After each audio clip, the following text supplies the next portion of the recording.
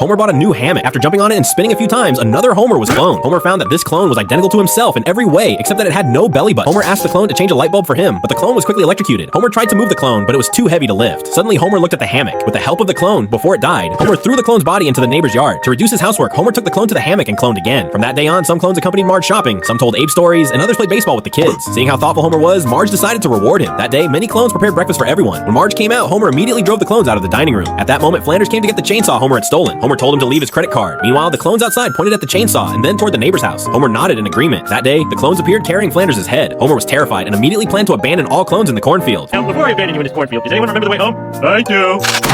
Anybody else?